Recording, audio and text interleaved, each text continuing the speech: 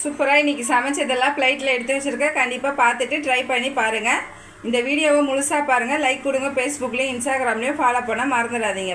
என் பசங்களுக்கு இந்த உருளைக்கிழங்கு ரொம்ப பிடிக்கும். இதில் கொஞ்சம் சாதம் மிக்ஸ் பண்ணி குடுன்னுவாங்க. ரொம்ப பிடிக்கும். ரொம்ப நல்லாயிருக்கும். சாதத்தோடு மிக்ஸ் பண்ணி சாப்பிடும் போது சூப்பராக இருக்கும். ஒரு தக்காளி வெந்துடுச்சு பாருங்கள். இப்போ பாருங்கள், நம்மளுக்கு உருளைக்கிழங்கு சூப்பராக ரெடி ஆயிடுச்சு. கத்திரிக்காய் தொக்கு இப்போ பாருங்கள் ரெடி ஆயிடுச்சு. நான் இந்த பக்கம் வந்துருச்சு. வாழைத்தண்டு அரிஞ்சு சேர்த்துருக்கேன். இது கூடயே தோரம்பருப்பு போட்டுக்கலாம். தேங்காய் கால் மூடி, ஒரு அரை ஸ்பூன் சீரகம், 2 பச்சை மிளகாய் அரைச்சி வச்சுருக்கேன். இப்போ நம்மளுக்கு சாதமும் வெந்துருச்சு.